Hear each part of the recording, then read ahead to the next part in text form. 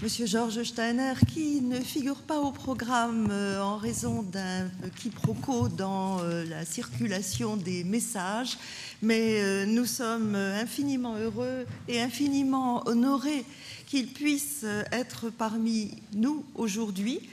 Le Tolstoï ou Dostoïevski de Georges Steiner a marqué la jeunesse de beaucoup d'entre nous. Je me souviens l'avoir lu étudiante avec passion. Le professeur Georges Steiner a enseigné, là aussi la liste sera trop longue, je ne donne que quelques noms, à Harvard, Oxford, Cambridge, Princeton, puis pendant 20 ans à l'Université de Genève. Je ne donnerai pas non plus la liste de ses livres, beaucoup d'entre vous en ont lu certains, outre Tolstoï ou Dostoïevski. Je citerai simplement La mort de la tragédie, Réelle présence, les arts du sens, Après Babel, une poétique du dire et de la traduction, et il y en a donc beaucoup d'autres encore. Nous sommes donc très heureux de la réelle présence du professeur Georges Steiner, à qui je donne maintenant la parole. Vous me faites un très grand honneur, Madame, en m'invitant à ce colloque. Je ne suis pas slavisant la honte de la situation. Alors, quel est mon rôle? Mais c'est très simple, c'est de dire merci.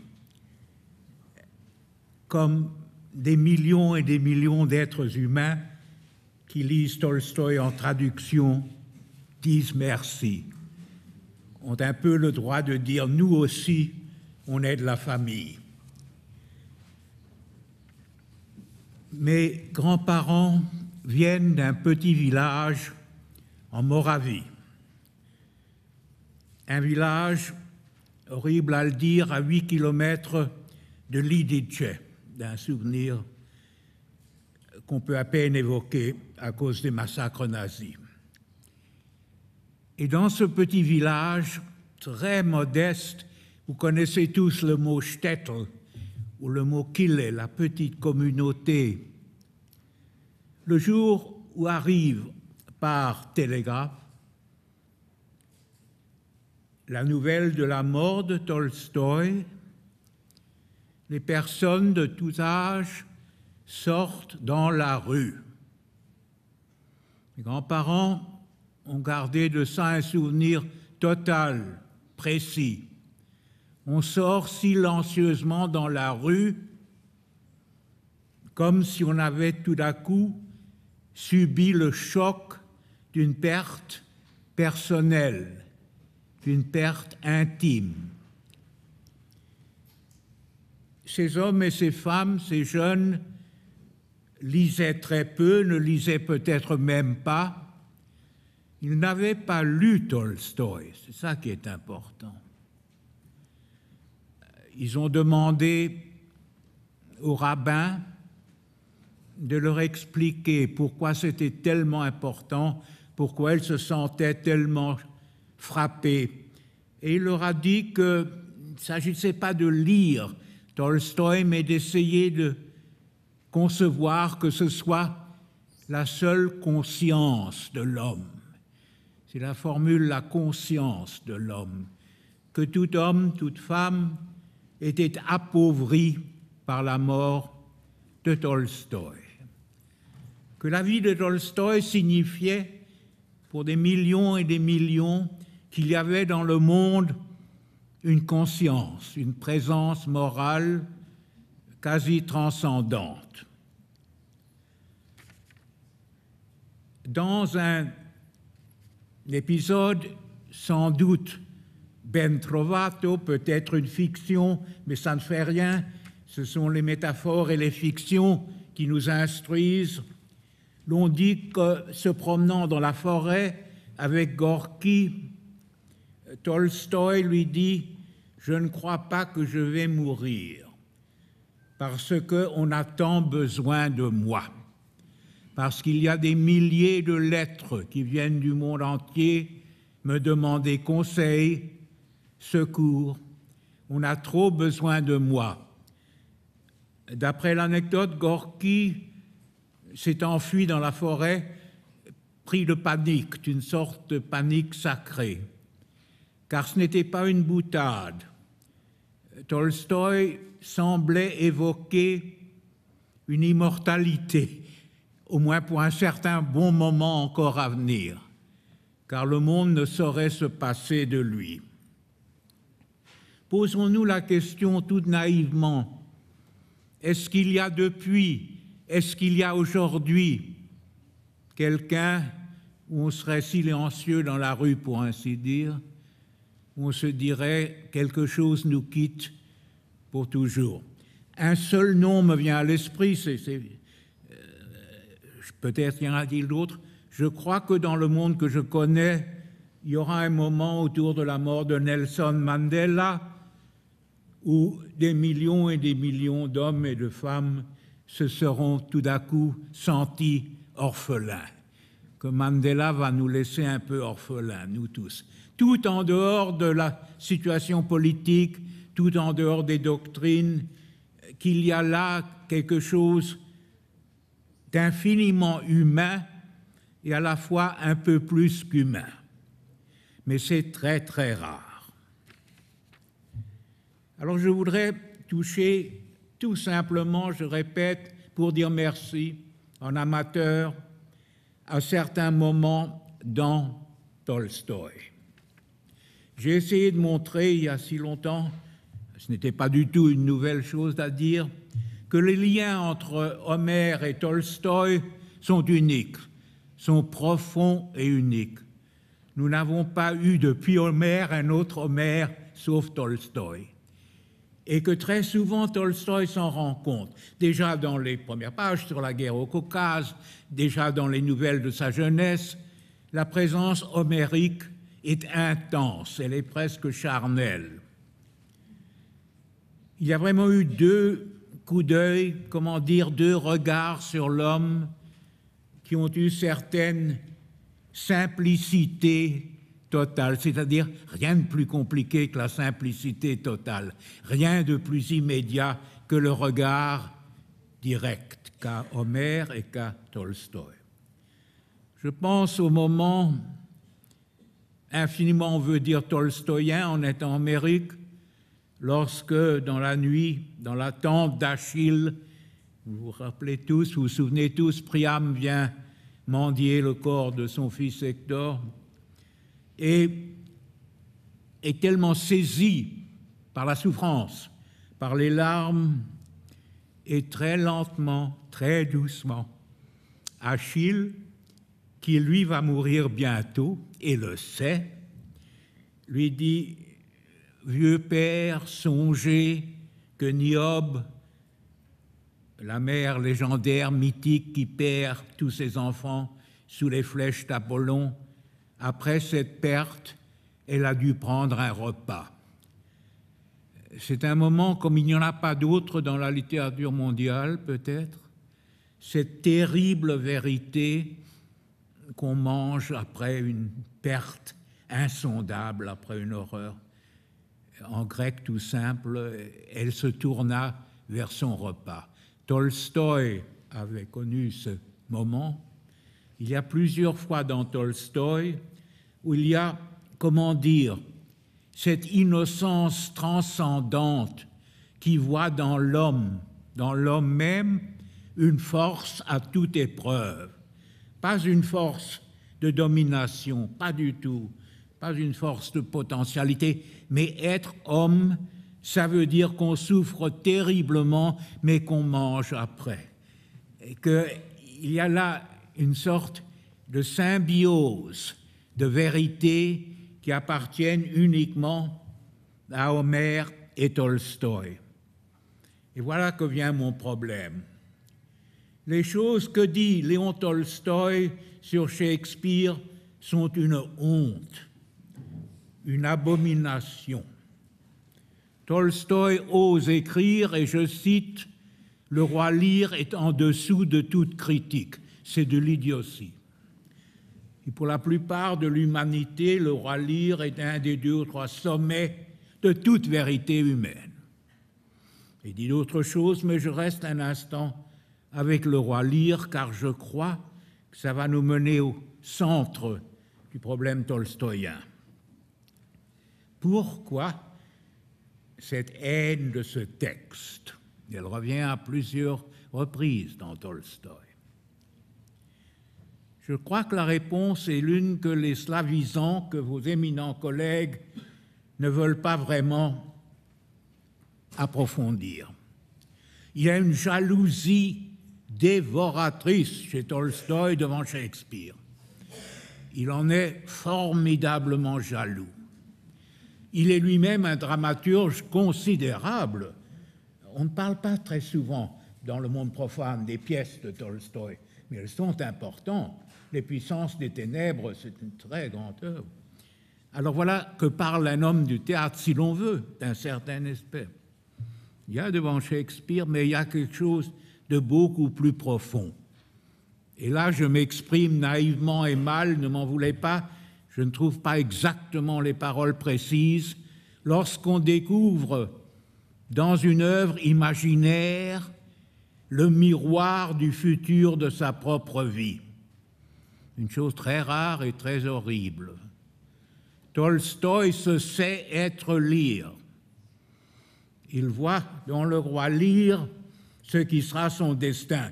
Lorsqu'il part dans la nuit pour Astapovo, lorsqu'il rejette tout derrière lui dans cette rage immense et souveraine, mais il est le deuxième à le faire. Tolstoï est le deuxième. Lear l'avait fait avant lui. Et j'essaie de m'imaginer ce que c'est comme choc intérieur de trouver dans une œuvre, dans une fiction, la prophétie de son propre destin. Et la fin, les dernières années de Tolstoï, inclut la fuite et la mort, c'est une reprise de la thématique du roi Lear, bien sûr, de cette immensité shakespearienne. Mais c'est à ce niveau-là, Homère, Shakespeare, que s'engage toute conversation interne avec Tolstoï. C'est tout dire. C'est à cette élévation-là qu'on discute des problèmes. Nous oublions parfois que la chronologie est une chose diablement compliquée. Le calendrier est très difficile à analyser car Tolstoï est chronologiquement un contemporain de Proust et de Joyce. On oublie. Ils vivent tous à la même date. Bien sûr, avec un décalage plus tard, mais pas très long, un bref décalage. Mais Tolstoï est un, peut-on dire, pré-moderne, c'est une expression très banale, très bête, c'est un géant classique par sa confiance dans le langage et par sa confiance dans la narration. L'on dit dans la croyance juive, pourquoi Dieu a-t-il créé l'homme? Pour que l'homme lui raconte des histoires. C'est une très belle réponse.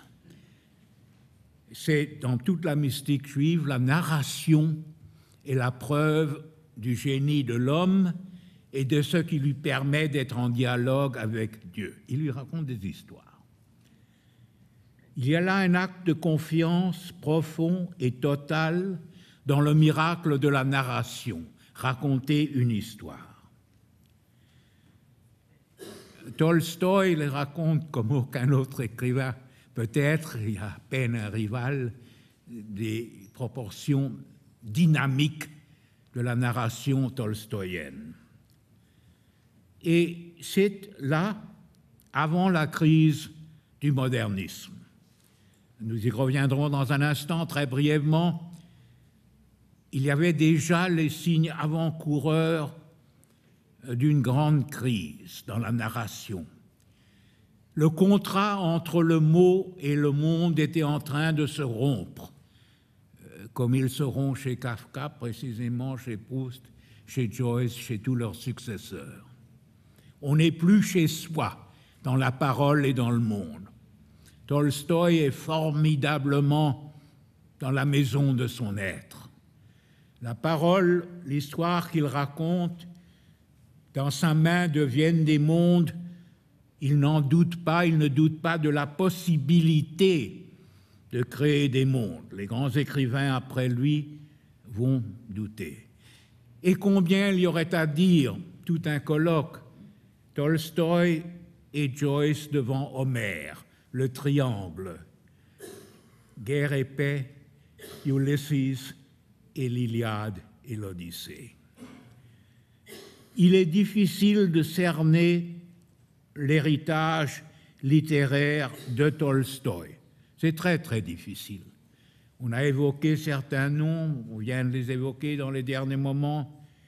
Je ne suis pas sûr que ce soit convaincant. Quels sont les héritiers de Tolstoï?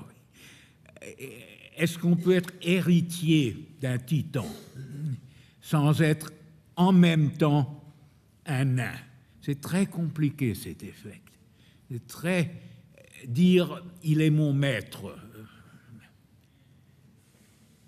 Plus intense est certainement l'impact psychologique, technique de Dostoïevski, sans lequel nous n'aurions pas la littérature moderne. Est-ce qu'on peut dire ça de Tolstoï? Je ne suis pas sûr. Il y a certaines voix, certaines très grandes voix, qui se proclament tolstoïennes.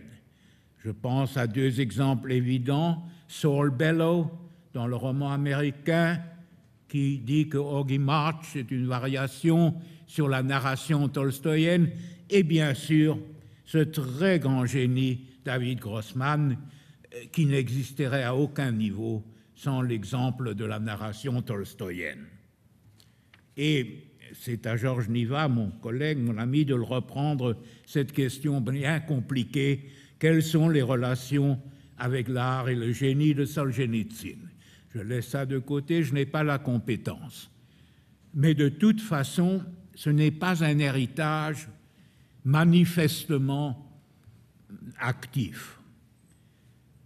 L'immensité de Tolstoï reste universelle, mais je ne crois pas qu'un jour on pourra dire que c'est chez lui qu'a débuté la dynamique de l'imagination du XXe siècle. Car combien Tolstoï n'aurait-il pas condamné notre climat culturel actuel, nos mentalités, notre façon de vivre? Combien lui aurait été scandaleusement familier, c'est un oxymore, la synthèse de despotisme politique, d'orthodoxie officieuse qui caractérise la Russie de Poutine. À quel point reviennent des forces qu'il aurait amplement reconnues, contre lesquelles il avait, à sa manière, bien sûr, différente de la nôtre, lutté. Il y a là presque une hantise du déjà-vu dans beaucoup des problèmes de la Russie actuelle, mais il n'y a pas de Tolstoï pour aider. Il n'y a pas la voix d'un seul homme qui pouvait, par l'acte même d'être, répondre à tout un régime. Je voudrais très brièvement évoquer la question qui devient de plus en plus angoissante, et dans notre milieu ici, parmi nos collègues, dans cette salle, celle de l'éducation. Grand Dieu, Léon Tolstoï n'était pas un universitaire. Du tout, du tout. Léon Tolstoï avait des doutes profonds sur l'éducation, sur l'érudition, sur ce qu'on appelle pompeusement la recherche. C'est pas cela qu'il fallait. Léon Tolstoï savait que tout se décide chez l'enfant, à un point intense. Presque fanatique, il avait compris, après c'est trop tard. Après, c'est beaucoup trop tard. C'est avec l'enfant que se décide la possibilité de la justice sociale de l'avenir. Les écrits sur l'école, les textes pédagogiques de Tolstoï, les manuels une vaste littérature elle-même, avec une influence immense sur les écoles primaires, les jardins d'enfants, les écoles pour handicapés dans le monde entier. Y aurait-il un Tolstoï sans les grands romans? Idiotie de dire ça, mais comme acte imaginaire, il serait encore un géant avec un impact immense. D'ailleurs, il l'aurait préféré, vous le savez. Le Tolstoï des dernières années ne veut plus entendre parler des romans. Note liminaire, je ne dois pas vous retenir trop longtemps, petite note. Là, il y a de nouveau ce mystère de Shakespeare. Shakespeare laisse un testament fantastiquement détaillé, mais vous le savez, les brodequins du lit, les plats de la cuisine, tout y est. Pas une syllabe sur les 16 grandes pièces les plus grandes dans l'histoire de l'homme, Hamlet, Macbeth, Lear, pas une syllabe qui n'existait qu'en manuscrit laissé dans les décombres des théâtres londoniens, théâtres qui brûlaient, mais à tour de bras. Tous les 6 mois, brûlaient les théâtres. Pas une parole. Est-ce que Shakespeare ne voulait plus entendre parler de Shakespeare? Et ça me hante, cette analogie. Tolstoï qui ne voulait vraiment plus entendre parler de Guerre et paix d'Anna Karénine. Peut-être un peu de résurrection, et même pas tellement de ça. Que le Tolstoï qui ait pu créer le texte qui, j'ose dire, est aujourd'hui le plus influent de tous, La mort d'Ivan Ilitch, que ce Tolstoï-là n'ait pas voulu être l'écrivain suprême qu'il était, que l'homme qui a créé Hamlet et Macbeth dit « ça ne m'intéresse pas, ça n'existe plus ». Nous ne comprenons pas. Il faut être scrupuleusement modeste en disant « je ne comprends pas », parce que là, vraiment, nous ne comprenons plus. Il y a donc un Tolstoï profondément inactuel, le Tolstoï du catéchisme, le Tolstoï de la foi dans la paysannerie, mais c'est précisément à cette inactualité que nous devons rendre hommage, que nous devons plus que jamais aujourd'hui prêter attention. C'est souvent très difficile. Il y a chez Tolstoï une sorte de rage contre nous tous et contre le lecteur. C'est difficile de nouveau à trouver la parole juste, mais il se fâche. Il dit, comme a dit Rilke à la fin de son grand poème sur le torse d'Apollon, « Je n'ai qu'une chose à te dire, change ta vie. Verändere dein Leben. Change ta vie. » C'est ça qu'il veut nous dire. Pas de petites balivernes, pas de jolies petites présentations au séminaire sur mon génie littéraire, pas même sur ma philosophie politique, sur mon anarchisme mystérieux. Non, change ta vie. Sans ça, ta lecture ne porte à rien. Sans ça, ta lecture est un luxe, comme tous les autres luxes qui remplissent ta vie. Alors, avec remerciement et reconnaissance et la plus profonde estime pour les travaux qui vont être présentés ici, je crois qu'il est très heureux que Tolstoï n'en sache rien. Merci.